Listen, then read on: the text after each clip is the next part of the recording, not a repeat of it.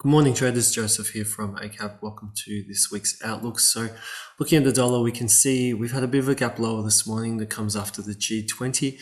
Friday wasn't exactly the most convincing session either, even though buyers did pull back from some pretty decent selling during the session. They weren't able to make any higher ground.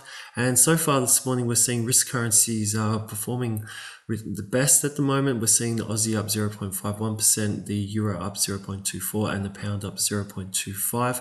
So just taking a look at some of those currencies today, we can see the Aussie is bouncing off this area here. It didn't come down and test it exactly, but it came rather close. So this area here at 63.63 is a pretty decent looking little short-term support point at the moment. We are seeing the RSI here is still below the zero, but if we do continue to see some further buying, we'll look for some higher lows after reaction, just to give us more evidence that the possibility that this support could turn into a short-term rally, and we could see, potentially see a little bit of a proper fight back from buyers, and that would be the first point of key resistance to test and break. If we do see further buying, that's at 64.77. The Euro this morning, so after a pretty flat finish mirroring the USD, we do still see demand down from 1.0690, and there's some buying this morning with a bit of a gap up, and on the pound as well. Just update that. The pound as well, we're seeing the support is a very short-term support, doesn't really have any backing in previous areas right now, but that's at 1.2453. And I think out of the three, probably the Aussie and the Euro looking price-wise in patterns a little bit firmer than the pound. It had a very solid decline last week, so it probably will, even though it may follow the other two up against the dollar if it continues to fall. I think the other two are showing a little bit more buyer resolve at the moment. Now, oil had another test at this resistance up at 87.94. It failed once again. So we'll be watching to see how oil reacts this week. If it can get back up and beat that level, there's plenty of resistance from that level, sort of up to the 88 area. It may be a short-term point of resistance starting to kick up for oil, so we'll need to see if buyers can beat that. It is a fair way off the moving averages as well, so if we did see a bit of a pullback, it wouldn't be too much of a surprise, but buyers will need to beat this level on the short term if they get back into buying mode to start Monday's session. The yen so far today, we are seeing it a little bit stronger against the major currencies at the moment.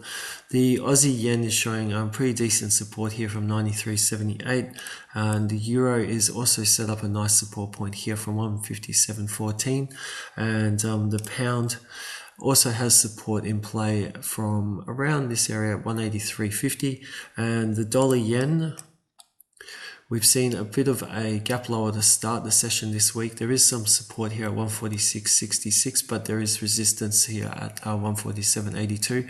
It's still in a very nice trend pattern here, so you can see how nice this trend is there.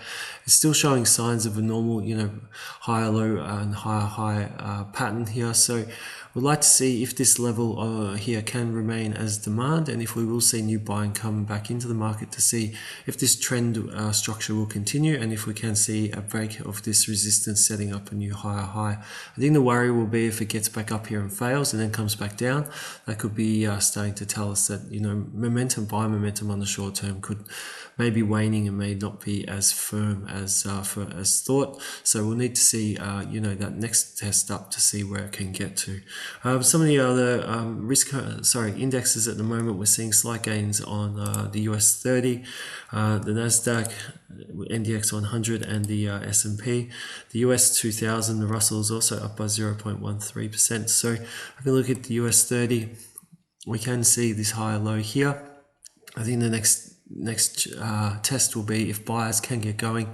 Can we see a move back up to test some of these resistance areas here? If we do have a reaction, we want to see this higher low pattern continue with a new one, and then further buying to come back up and test. Last week we were looking at the NDX 100. At the moment it has had a bit of a deeper pullback, but it still does have that pattern of a higher low, and it's, even though we did want to see it really hold above this level here, it still has shown a fair bit of rejection against sellers. So We'll just need to see if we get a lower high next, and if we can test and break this area, or if this area stands and will we see a new test down lower and then another test of this area, this demand area here that's been put in on last week. And going over to gold, this stage gold's very flat. It had a very flat Friday once again, and silver, which had a bit of movement last week, it did rally up quite firmly on Friday before fading and pulling back, and at this stage in the morning we are seeing a 0.12% gain. Now just to finish, we'll just have a look at the ASX as well, as it's very close to opening. The SPY, well, the futures are trading. We can see it has started higher. It's right flat at this stage in the morning, and is starting to edge a little bit lower. There's plenty of demand all the way down to sort of this area here at 71.06, but at the moment it still remains in a very choppy range. And I think for buyers, you know, we don't really want to see this level here hold at 70.89, and then if we do get some buying up, we'd want to see if it can test and break this resistance at 73.09. So, but for this period of time, it remains rather in a bit of a stalemate overall for the ASX. Crypto had an interesting weekend session. We saw another move lower on Bitcoin, but before buyers came back into the furrow and just continue to maintain this range between 26,073 and 25,570.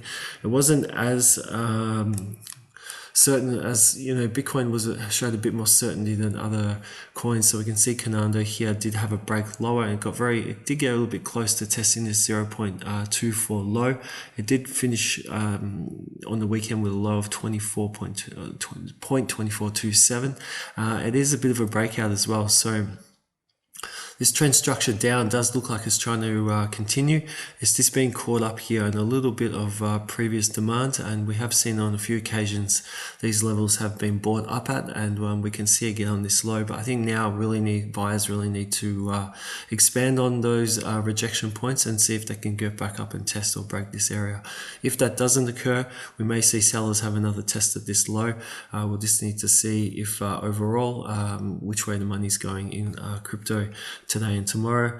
Similar story on Avalanche. It had a breakout as well to the downside. We can see a break and close below this support here at 9.71, and so this downtrend does continue to push on.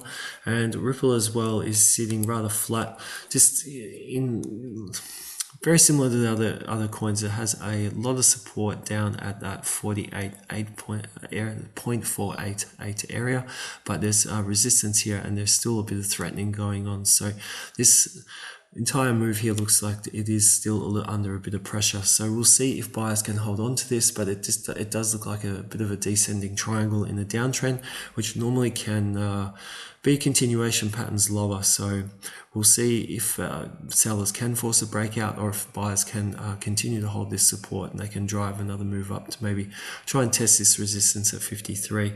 So that's it for today's update. We will have the economic calendar outlook update coming out a little bit later today. So there's a few things news-wise coming out this week that we'll touch on, CPI from the US being probably the key. And but that's it for today's update. Thank you very much for your time. Have a fantastic week, and good trading to you. Thanks, and bye for now.